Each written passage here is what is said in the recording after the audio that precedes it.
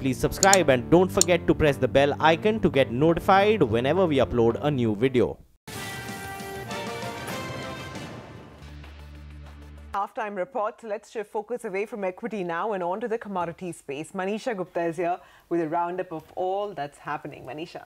Sumaira, thank you so much for that. Well, we have seen more green come back on the screen, and after the Europe markets have opened, starting with the crude oil prices, and while we still are holding around that $50 per barrel mark for the US crude oil prices, there's definitely some buying that we have seen come in here. Even the MCX crude oil prices, which opened 0.5% on the lower side, seem to be recovering some of those losses, and the Brent prices in any case are inching towards that 56 mark yet again. While even as the US exports have hit a record high for the last week, the markets are looking at the fact that the US inventories have been bullish for the prices. There have been statements from various OPEC members pointing on how they would want to continue to cut outputs for the rest of 2018 as well and not stop in the month of March. That clearly seems to be showing its way onto the prices. The other space that has been buzzing in green has been the metal space. We did see some profit taking early in the morning, but it's back to buying for most of them. So zinc and lead prices, which actually have been the outperformers, not just for this week, but for this year as well, have seen some buying coming back on the lower sides. Well, you have seen supply disruptions and supply concerns going forward, as well as more output cuts from China would happen. That is what is weaving its way into the prices. And add to that the fact that you also are looking at the LME's Shanghai inventories, etc., at record lows when it comes to zinc. This is one commodity to keep an eye on, where we have seen tremendous gains continue. Kunal Shah, Nirmal Bang now joins us with his strategies on the same. Kunal, hi. The metal space first, and while of course you have been bullish, how much of further gains are you expecting from these levels?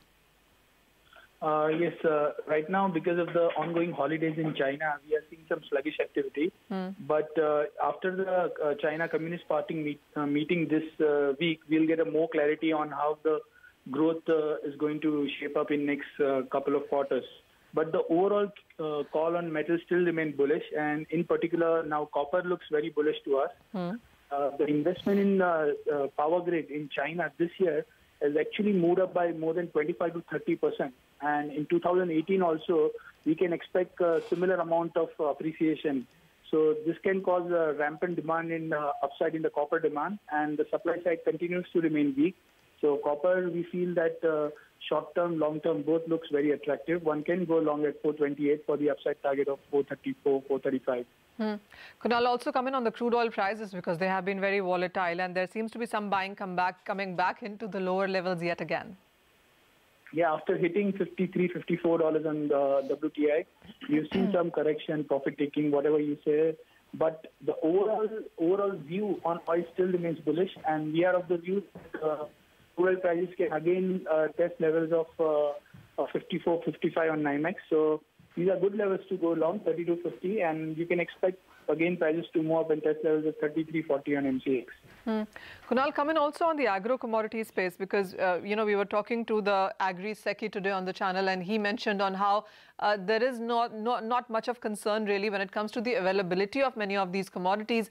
It is going to be about the prices, and soon we will see the MSP being declared as well ahead of the Rabi crop sowing that starts from 15th of October.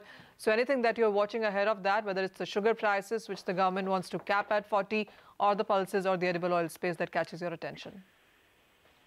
I think if you talk from the supply side issues, then I think edible oils, edible seeds look attractive to us. Okay. We are of the view that the edible seeds and oil prices can move up going forward because the production is less. Cotton, the production is in India is likely to be higher, so I'm not expecting much upside in the cotton. But edible seeds are definitely going to move up in days to come. Okay. Okay, all right, Manisha and Kunal, thanks so much for joining and giving us all those details. Well, from the broader markets, plenty of stocks that are moving around, though the Nifty continues to trade in the red. So just keep an eye out on our ticker. There are a whole host of stocks in the mid caps that are buzzing around. Well, on that note, we'll wrap up on Halftime Report. You stay with us. Business Lunch comes up next.